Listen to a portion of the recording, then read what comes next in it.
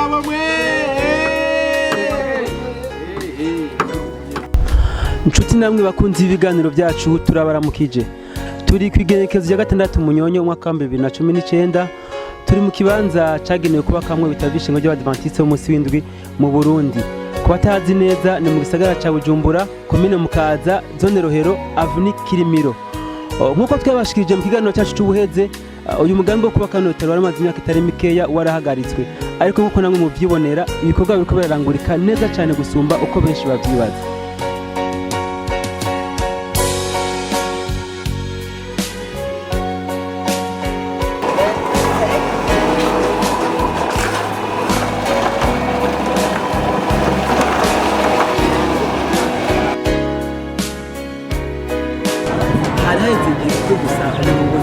Abadventiste b'umunsi w'indwi mu Burundi, Pasteur Dr Joseph Ndikubwayo amenyesheje ko ari Imana yonyine tunabonera.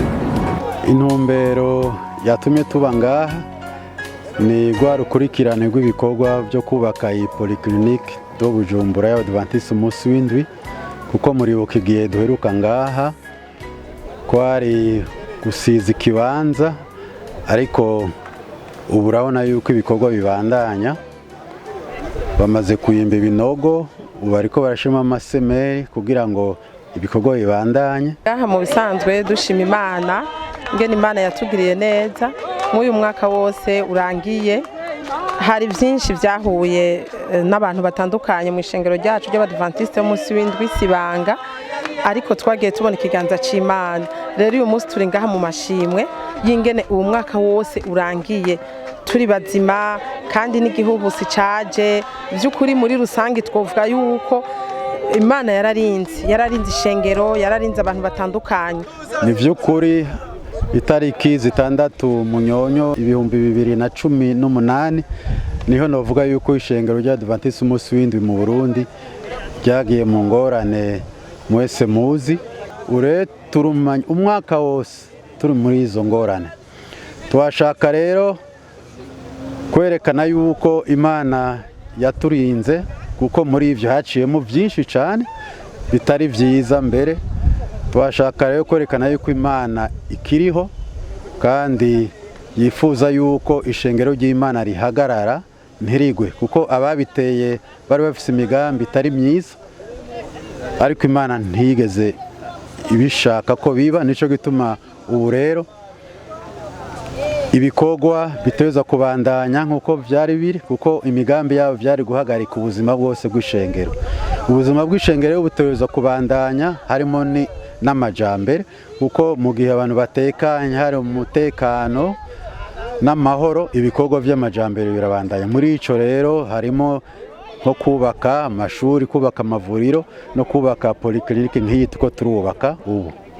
Kandi uri kurabiraba neza nkuko Imana yabanye na Nehemiya hamwe n'Abisirayeli muri kahise, niko iri kirabana n'ishengero rya muri bino bihe. Turashimye kandi turakenguye cyane kubw'iki gikorwa kiriko kirakogwa, aho haraciye umwaka. By'ukuri Satani yarateje imbururo mu bwoko bw'Imana, ariko turakenguka cyane kubona by'ukuri ibikorwa bibandanya bikoreka. Hanyuma murabona yuko n'ibintu byari bimaze imyaka n'imyaka byararyamye.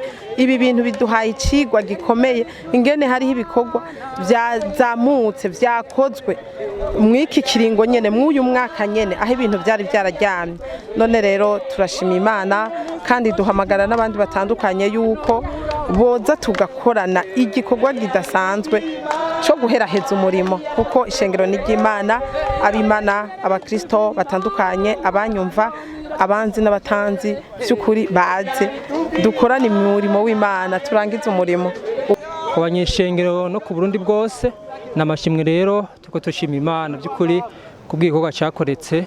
Turarika n'abantu bose by'ukuri Satani yoba by'ukuri yarakuye mu buco bw'Imana, kugira ngo by'ukuri bahigire icigwa, baze kwifatanya n'ubwoko bw'Imana, kugira ngo by'ukuri dushishikare duteze ikorwa c'Imana imbere, maze Yesu Kristo agiye kuza twese tumusanganire ku bicu.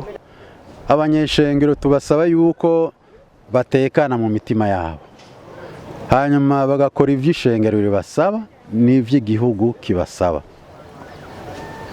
Ibintu vy'ububeshi, ibintu vyo gutegura ibintu bidashoboka vyo kubesherana, ibintu vyo guhigana nkaho umengo turi ibikoko, ivyo bihagarare mu ishengero ry'Imana kandi turizeye ko bizohagarara mu izina rya Yesu. Ibikorwa bigitangura abantu benshi banyo kumengana imikino n'umukino uri kurakinwa kugira ngo basamaze abantu n'abandi, ariko murabona ko aho intambwe igeze koko n'Imana iriko iratuma bikoreka. Turabasezerane yuko vuba cyane tuzogaruka ngaha tubereke intambwe ku ntambwe ingene y'ikino gikorwa kiriko kirarangurika.